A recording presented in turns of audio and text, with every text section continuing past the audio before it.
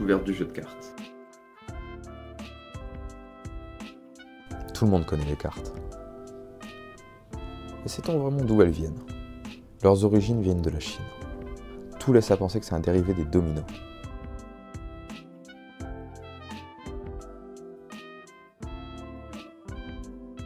Suite à ça, les cartes vont être diffusées un peu partout dans les pays asiatiques. Les cartes sont apparues en Europe au niveau du XIVe siècle. On a pas mal de sources qui permettent de remonter l'histoire. En Allemagne, en Espagne, à Florence, dès 1377.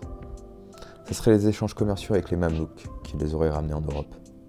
Les cartes à jouer, de manière classique, on appellera ça le jeu de société. Évidemment, les cartes n'avaient pas ces formes-là à l'époque. Le tarot va apparaître en 1430, en Italie du Nord, ce qui va plus ou moins déterminer la forme qu'on connaît actuellement. En 1858, Grimaud va introduire les bords arrondis, pour éviter qu'ils s'abîment. Pendant la Révolution française, les jeux de cartes deviennent un vrai tract politique. En 1793, la Convention interdit les signes de royauté et de féodalité. Un soleil cache la fleur de lys, un bonnet phrygien dissimule la couronne, et après on remplace carrément les jeux. Le roi est remplacé par un génie, les dames par des libertés, et les valets par des égalités. Avant 1800, les dos étant blancs, les gens s'en servaient quotidiennement pour passer des messages ou autre. Les Américains, qui ne perdent pas le Nord, s'en sont servis pour passer des messages politiques, mais également de la publicité. Et peu à peu, c'est devenu un outil plutôt artistique. Pendant la Seconde Guerre mondiale, les Américains cachaient des plans de secours dans les cartes.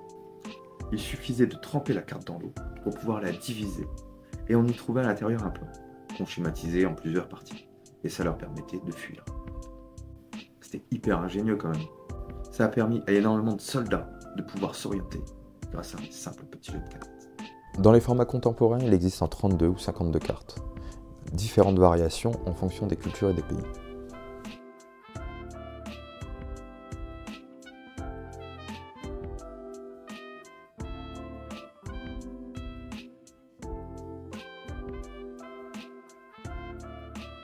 Ces cartes ont eu une grande aventure.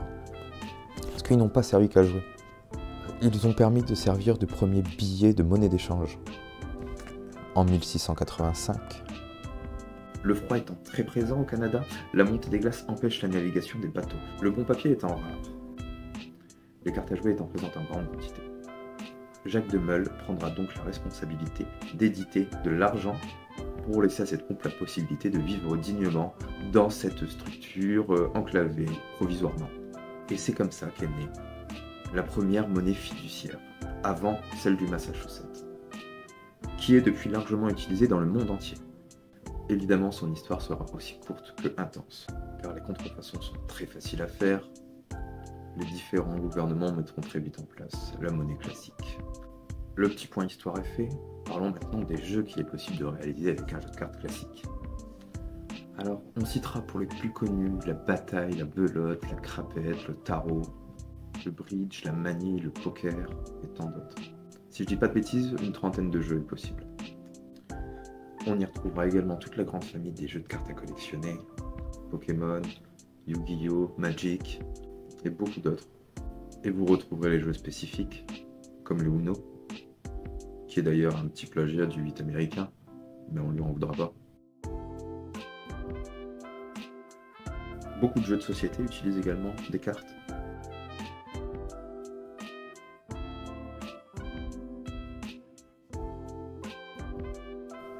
Après, vous avez également le château de cartes.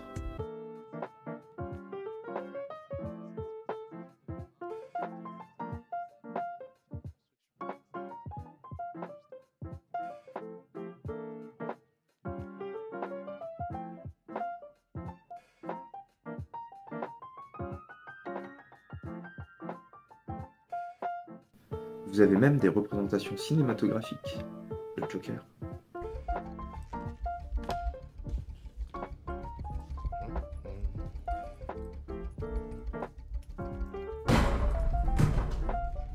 Pour moi, les plus grands utilisateurs de cartes sont les magiciens et les manipulateurs. Ils sont impressionnants.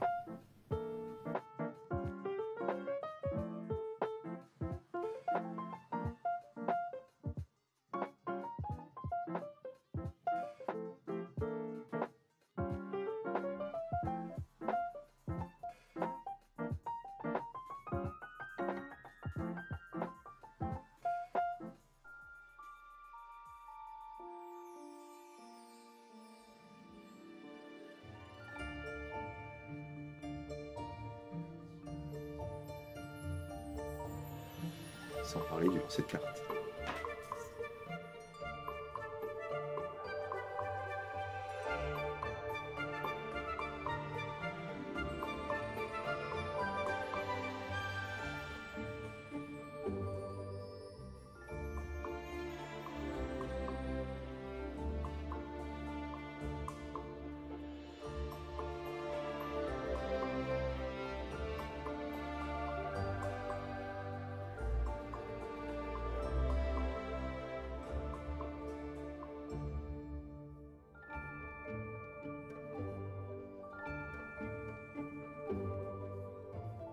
Le jeu de cartes a donc marqué l'histoire, et depuis longtemps. Il s'est imposé aux yeux de tous. Tout le monde a déjà tenu un jeu de cartes dans ses mains. Je n'ai pas de source, mais il fait sûrement partie des jeux les plus utilisés de tous les temps. Il est présent partout, sous différentes formes.